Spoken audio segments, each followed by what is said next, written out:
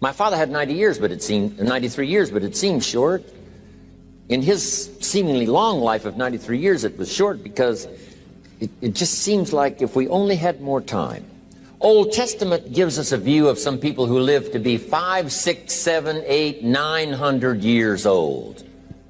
If I have a chance to ask, I will ask, how come we got shortchanged? Wouldn't that be a good question if you had a chance to ask? Imagine 700, 800, 900 years to watch generation after generation after generation after generation stay healthy and well. I mean, you gotta be healthy to make it to 900. You gotta take your vitamins.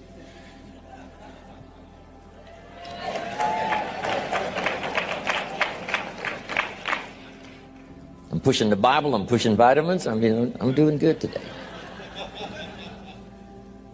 So, the key is time is precious. Now let me give you Bill Bailey's description of time. Life is not just the passing of time. Life is not just the passing of time. Life is a collection of experiences, their frequency,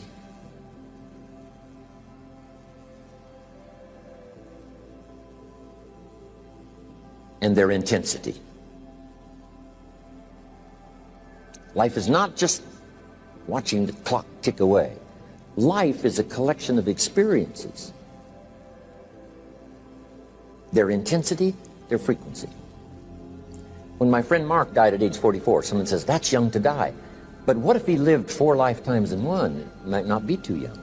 So here's whatever the span of your life turns out to be, here's what you want to fill it up with: experiences and the intensity of those experiences.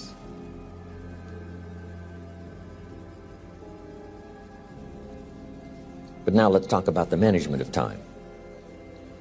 Here's one of the best ones. We covered earlier, when should you start building this hotel? Answer, as soon as you have it finished. Now jot this one down on time management. When should you start the day? As soon as you have it finished. Plan the day the best you can, leaving plenty of room for improvising and surprises and all the stuff that happens during the course of the day. But if you've planned a good, productive day, now you start that day, you can't believe how much more valuable your time will be. Don't start the day until you have it finished. Now here's the next one. Don't start the week until you've had it finished. Now to lay out a week is a pretty good challenge. Next, don't start the month until you have it finished. The places to go and the people to see and the productivity and the sales and the customers and the development and all the rest of what you want to accomplish during the course of 30 days. Don't start the month till it's finished. And then here's the big one. This is really challenging. Don't start the year until you have it finished. To the best of your ability. It can't be finished like minute by minute. But in terms of the sweep of what you want to accomplish in the year 2002, make sure that that's set and ready to go by the time January 1st rolls around. And it might get all upset, and it might get torn up, and you do a new one. You make so much progress the first 90 days that now you've multiplied it all by 2, by 3. Because that happened to me. I thought, wow, this is going to be a great year. By the time I'd finished the 3rd month, I'm rolling, I'm soaring. So many things are happening, I revised my whole year's plan. Okay. Now, jot this down. Approaches to the management of time. Here's the first one. Ignore the subject. I mean, that's good advice. Don't let anything overly bug you. Because remember now, you don't have to do anything. Someone says, well, I got to get a handle on my time. The answer is no, you don't. If you want to let it all go, you can let it all go. I mean, this is good advice. Somebody says, you ought, you ought, you ought. Jot this down. Ignore all the you oughts or you should. Only if they're giving general information. We should. It's better to say if you're teaching, we should. Not you should, we should. Then you let me listen in without it being too confrontational. If everyone did this, see, that'd be great. And then you give a person a chance to choose to do it or not to do it. But when you start the you ought, now see, if I don't, now see, we got some tension and maybe some problems. So you oughts seem to always create problems. When you're talking to your kids, you say, no, if kids would do this, not always saying if you did this, life would be better, but if kids did this, life would be better. It's like making a little talk and letting them listen in. And then it's a little less confrontational. It gives us a choice. In one of my seminars, here's what I teach. All life form strives to the max of its potential except human beings. All life form strives to the max of its potential except human beings.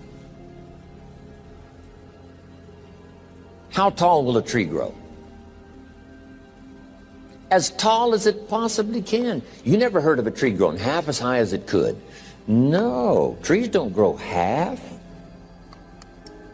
A tree drives its roots as deep as it can, reaches as high as it can, produces every leaf it can, every fruit it possibly can. To the max. Every life form strives to the max, except human beings. Now, why not human beings? Jot this down. You've been given the dignity of choice. You're not a robot. You don't have to repeat this year the same as last year. You can tear up last year's plan, develop a new plan.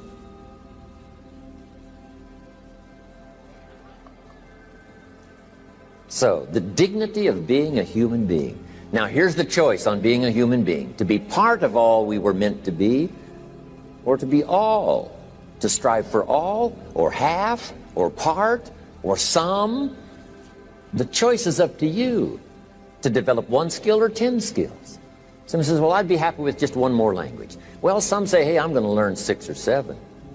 And this is all a matter of choice. And when someone says, no, you ought to learn 4, you've got to resist all that. Because this is personal dignity. And you don't want to destroy someone's dignity by doing all the oughts, and they feel reluctant to do it. Now we've got problems. So if you want to, just ignore this subject on time management. Now here's the next one. Step down to something easier.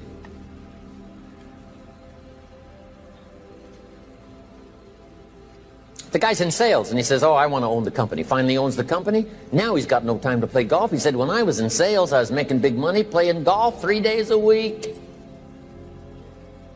Heck with this owning something. Heck with managing. My life was never my own after I started to manage. I'm going back to sales. See, this is the key. If you're getting too pressed, you might consider stepping down to something with a little easier time pressure.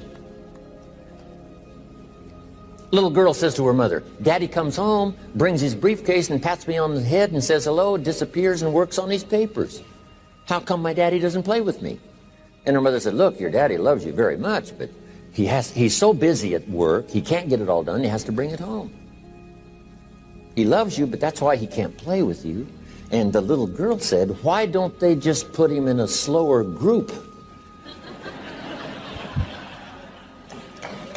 So, jot this down now. If you don't have time for your kids, you might consider joining a slower group. Remember when I said some things I went for cost me too much? So reconsider.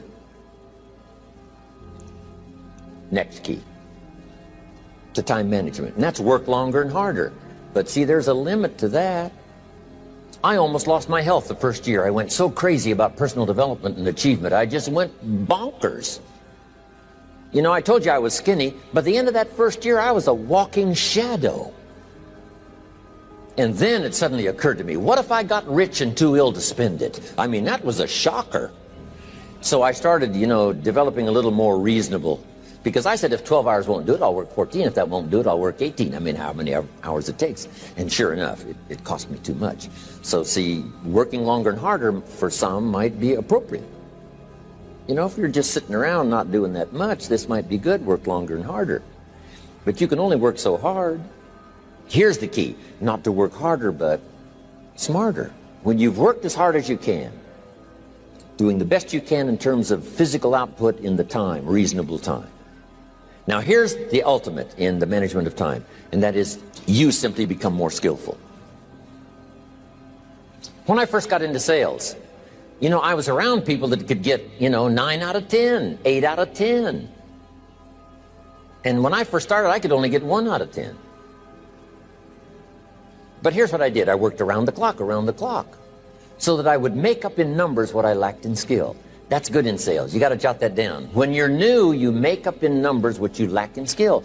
Now, when you become more skillful, the numbers can go down because now your persuasive ability and all of that is now so high that you don't need to put as many numbers out. But at first, if you want to compete or if you want to really get good, you've got to put in the numbers. But if you get more from yourself, develop more of yourself, now the time management becomes an easier task. Now here's the next thing. Either you run the project or it runs you. I've found out when you start something, at first you're in charge. All of a sudden, a year later, it's in charge. Some of the companies I started, I'm telling you, I'm in control. A couple of years later, I'm out of control. At first, I've got it on the run. 2 years later, it's got me on the run. Haven't got enough time. I'm dizzy with trying to get it all done. So here's part of the key, and that's to get in charge. Say, I'm going to take charge of my health. One of my albums is entitled, Take Charge of Your Life. Take charge of your time. Take charge of your resources, which we're going to talk about next. Take charge of your health. You're the one that's responsible for it. It's not a requirement of society that you not have a heart attack and take care of your family. That's not a requirement of society, but you must make it a requirement of yourself. Society doesn't require that you build a financial wall around your family nothing can get through. That's not a requirement of society. It's a requirement you impose on yourself to build a financial wall around your family nothing can get through. So impose on yourself this self-development of being in charge, taking charge of your life and your health and your future and your responsibilities and all the rest. Next, reasonable time is enough time to achieve all of your goals. Just jot that down. Reasonable time is enough time. I had to learn that. Reasonable time is enough time. Here's why. It's not the hours you put in, it's what you put in the hours. If you start depositing greater ideas into the hours you've got later than now, I'm telling you, later you can't believe the productivity that will flow. The ideas you can't think of now, a year from now, they'll start to flow. And when you deposit those ideas in the hours you've got, productivity multiplies by 2, 3, 5, 10. Next, time management essential. We've already covered the first one, a written set of goals. And then do priorities on your goals. What's important this week? What's important this month? Here's the next one. Often review. Just go over your goals to make sure that your list is working for you. It's got you inspired. It's got you turned on.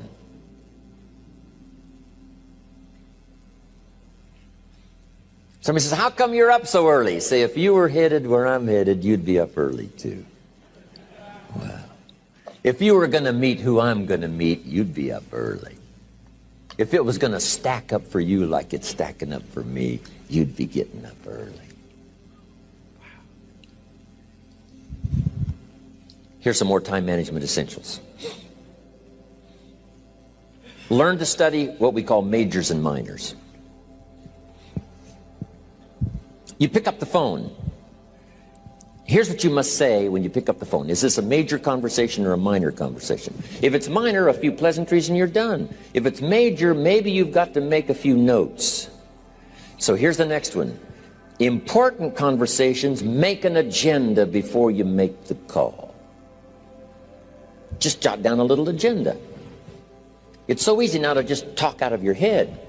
Did you ever hear a conversation end like this? Let's see, there was something else. See, you don't look that swift. I can't think of it right now. I'll call you back. See, you look a little incompetent. Let's see, there was something.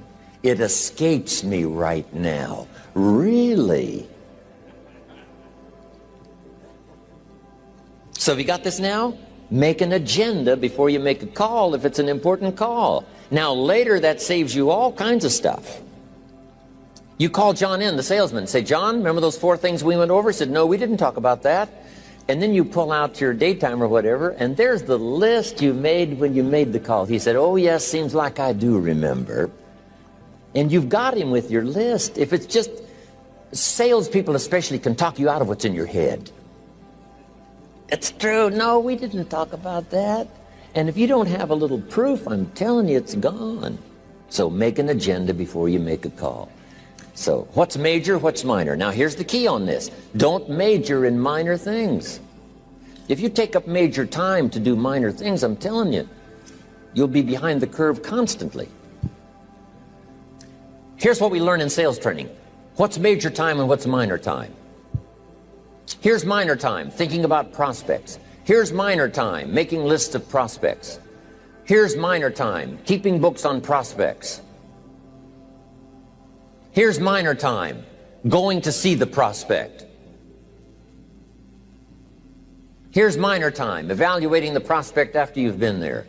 That's all minor time. Here's major time, in the presence of the prospect. That's major time. And if you took a look, if you're in sales and you took a look at a week, you'd say, my gosh, I'm spending 90% of my time on the minor stuff and so little time on the major stuff in the presence of. How many hours in the presence of in my day? How many hours in the presence of during my sales week? Because the time that really counts is in the presence of the prospect. Majors and minors. Here's another key time management essential. Don't mistake movement for achievement. It's easy to get faked out by being busy. Guy comes home at night all exhausted, falls in the chair and says, oh, I've been going. Here's the big question. Doing what? It's not the going. Some people are going, and they're doing figure eights. Their progress is small. So don't mistake movement for achievement. Here's another one in sales we learned. Don't mistake courtesy for consent. If somebody's pleasant and they nod, you say, oh, they're going to buy. No, they're courteous. You can't mistake courtesy for consent.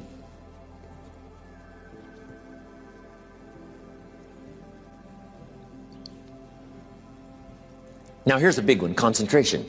I had to learn this. All those years ago, I'm in the shower trying to compose a letter. Found it turns out to be a strange letter. So here's what I learned to do. Save the work till you get to the office. Save the work till you get to the work. Don't try to get to the office on the way to work. On the way to work, enjoy the way. In the shower, enjoy the shower. Then go to work when you get to work. I found this to be helpful. Concentration. Here's another big one. Learn to say no. I'm telling you, in such a social society we have now, it's so easy to try to be a nice person, saying yes, yes, yes to everything. Find yourself overloaded. Now you got to call and make the, well, gosh, you know, all the time it takes to back out of something that you said yes to too quickly. Here's what might be better. I don't think so, but if that changes, I'll call you. Little things you can use not to overcommit yourself.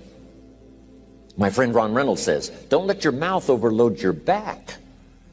It's a good one. Now here's a big one on time management. When you work, work. When you play, play. Don't mix the two. Don't work at play. I used to take my family to the beach and I would bring my briefcase.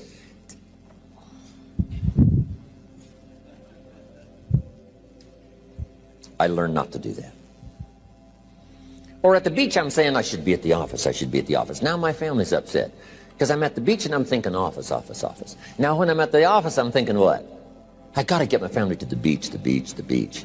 So things are not going too well at the office because I'm thinking beach, and things are not going too well at the beach because I'm thinking office. Here's what I learned to do. At the beach, be at the beach. At the office, be at the office. When you work, work. When you play, play. Don't mix the two. Don't work at play. Now here's one of the most important ones. Don't play at work. Work is too serious.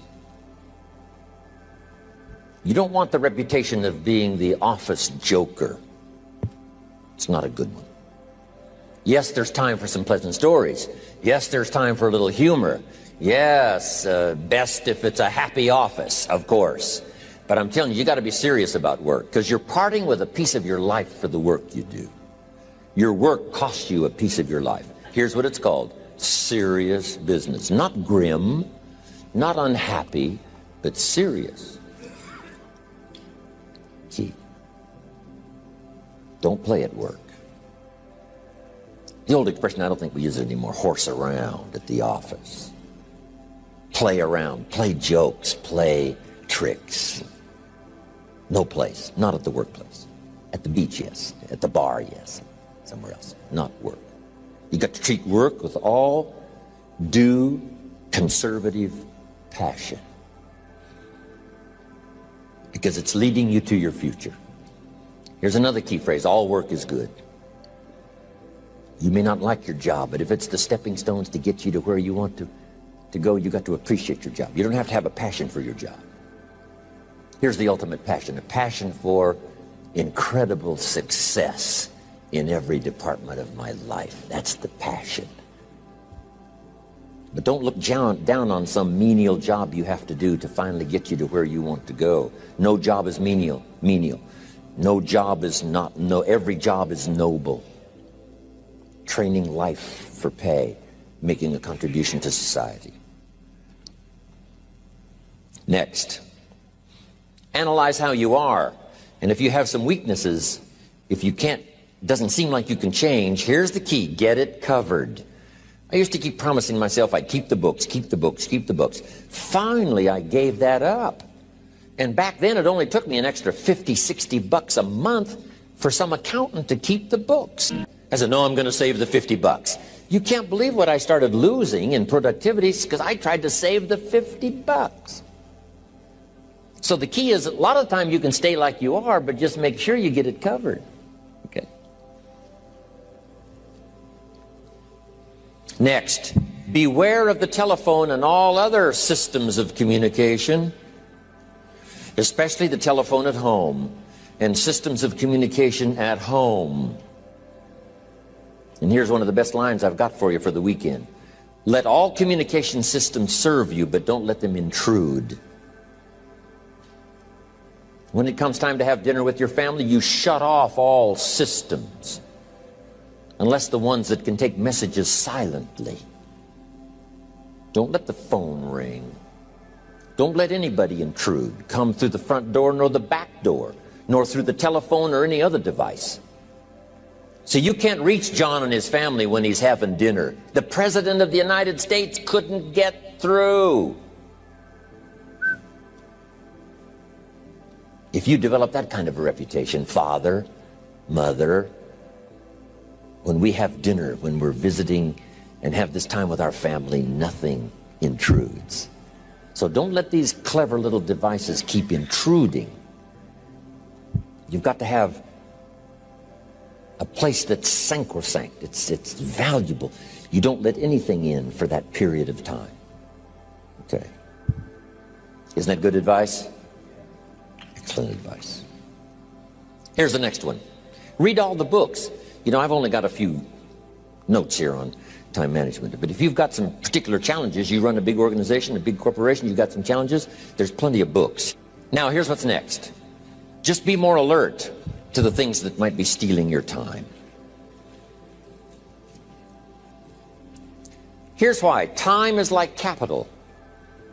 You can't let someone steal your seed corn. You can't let someone steal your capital. And you can't let someone steal your time. You must designate your time. And some of the time that you designate, you must not let anyone steal. Casual time, you might let someone intrude and steal a little bit and take a little bit, but not serious time. Key. Next, one of the great time management savers is to learn to ask questions up front. Sometimes you talk to somebody for an hour, and then you ask questions and find out if you would have asked those questions up front, you could have saved yourself an hour. Asking questions up front helps you to get to the problem now. But if you just launch into some discourse, you might waste 30 minutes, waste an hour, when here's what you should have been talking about. After you finished an hour, you say, John, what's really the problem? He said, well, it's something personal. See, that's what you should have been talking about this whole hour. Key. Next, learn to think on paper. Now we're going to take a break. Some ways to think on paper. One, we've covered one. Solving problems. Take it out of your head and put it on paper. Another one is setting goals. Making these lists we've already started. Here's another good way to think on paper. It's a projects book. Each person you're working with and each project you're working on, get a loose leaf binder and a tab and some pieces of paper behind the tab and do a little continual summary of how it's going between you and that person and between you and that project. I call it a projects book. It is so useful to me. But what's going on between you and this person? When you last got together, what did you talk about? And you got a few notes there. Here's what we talked about the last time we got together. Now when you get together again, you can review that so you'll know better what to talk about. When the president gets ready to travel and he's going to meet some important people, guess what they bring him? All these briefing books. Right? The last time you were with Khrushchev, Kennedy is informed. Here's what he said and here's what you said. Kennedy said, oh, that's valuable. I need to remember that. If a person is important, it's worth a little running account. You might even have a projects book for your children. Here's what's happening between me and my child. We've talked about this, and we've talked about this, and we've talked about this. Next, a day timer. Keeping track of all of your appointments. You know, mine is all filled with, when to catch an airplane and when to do a seminar and when to sit down and have a conference, all the rest. Next is a game plan. If you've got a house and the, insurance is going to come due and some other things are going to come due, you just put it on a spreadsheet and make sure it's taken care of. Key phrase, take things out of your head and put them on paper.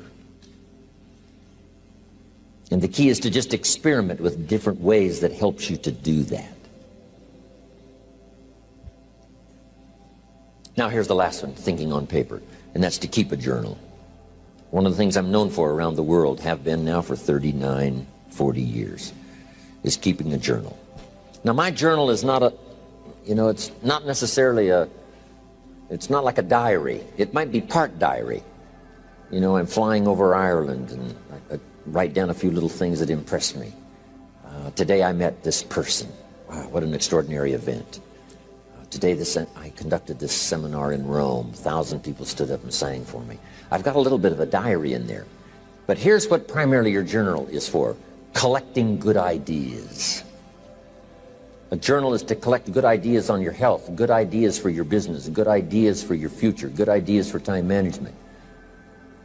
Because I used to take notes on pieces of paper and torn off corners and backs of old envelopes and rest placemats. And I threw all this stuff in a drawer. It did not serve me well. I finally learned to get a bound copy, right? And just keep a journal, right? If I was here, I had my journal, I'd be taking notes, right? These 2 days in my journal. Now, if you're caught without your journal, you just take the notes when you get back home. You put those notes in your journal, throw the paper away. Because we don't usually go through paper to review. But see, my journals now make up a significant part of my own library. My journal's all reserved privately for my children and my grandchildren. Can you imagine what I've collected over the years? It's unbelievable. There are 3 treasures to leave behind. I think you've already got those notes, right? Here they are. Number 1, your pictures. Don't leave the event unrecorded. It takes only a fraction of a second to say, here's who I was with. When I travel the world, right? We take all these pictures, and here's one of the gifts. People send me the pictures they took of me and them. It's part of the treasures I have on the farm. Incredible. A picture's worth 1,000 words to describe the scene, the emotion, what happened. Say, wow, this was an extraordinary day for me when I met these people. Here's what they told me happened to them when they went to my seminar 10 years ago. Wow. Wow, the drama comes back if you've taken the pictures. It's one of the treasures to leave behind when you go. Remember the old photographs that we have now of, 100 years ago, 70, 80 years ago, just a few photographs? What would it be like if you had thousands of photographs of the past, of your history, your mother, your father, right? Grandparents?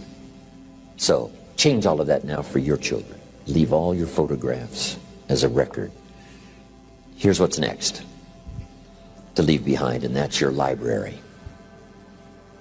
The books that changed your life, the books that changed your health, the books that rescued you from oblivion, the books that you passed on to other people, they were so exciting for you, the books that made you financially independent, the books that developed your leadership, the books that gave you wisdom to ponder when things were tough, the books that got you through the winter, the books that helped you to plant in the spring and harvest in the fall.